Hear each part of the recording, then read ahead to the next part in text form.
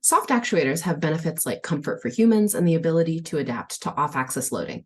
However, these advantages come at the cost of much more complexity in modeling than you get with traditional pneumatic or hydraulic actuators, such as cylinders.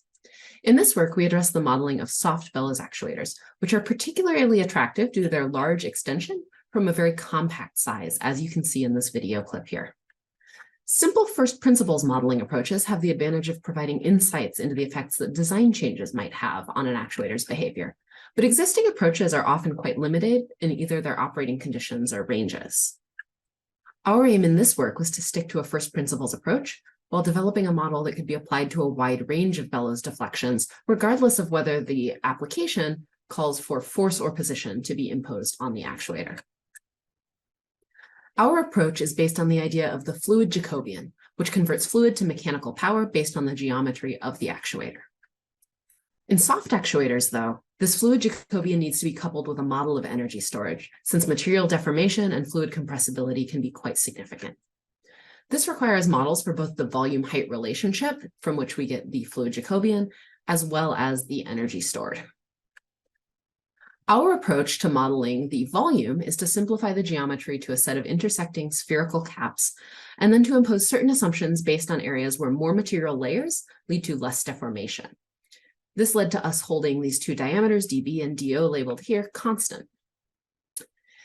This assumption allowed us to develop a closed-form geometric model relating height and volume in bellows actuators. If you're interested in more details, I would encourage you to take a look at our paper where we have all of the equations that lead to this closed-form volume for the model of the bellows actuators.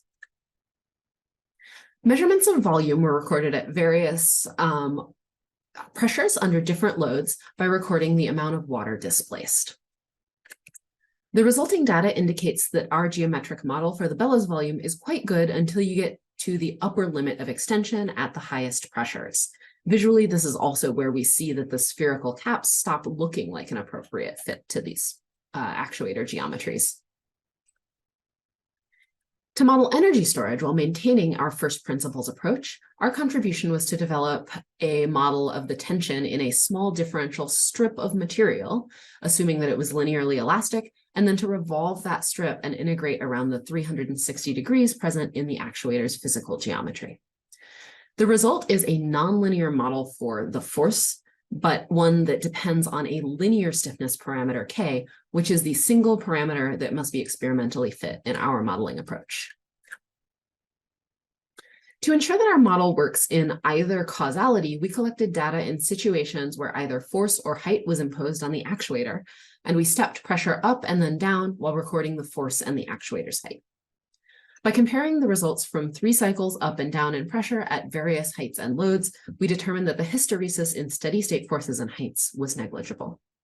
We averaged the resulting data points at each operating condition in order to fit our stiffness parameter, K. The actuator behavior based on that data that we collected was quite consistent regardless of whether we imposed height or force on it, as can be seen by the fact that we can fit this single pink surface to our data from both causalities. This pink surface represents the tight fit-based approach that is sometimes taken for soft actuators. It yields a very accurate model based on exhaustive data collection, but it provides little physical insight into what is happening and cannot be extrapolated outside of the region that is sampled. To give you a feel for the effects of our volume model on the Jacobian, the gray surface shown here in overlay gives the predicted behavior if we were not to account for any energy storage, which clearly fails to capture the behavior of the actuator in any meaningful way. However, when we incorporate our proposed energy storage model, the shape of the relationship between height, force, and pressure is captured much more descriptively, as you can see in the gold surface on the right.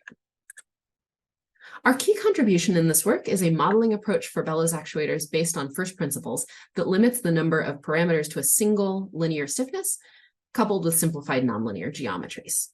While the model is necessarily less accurate than a tight numerical fit or a finite element approach, it can provide insights into the expected effects of changes in the design of the actuators, such as altering the dimensions or the number of chambers.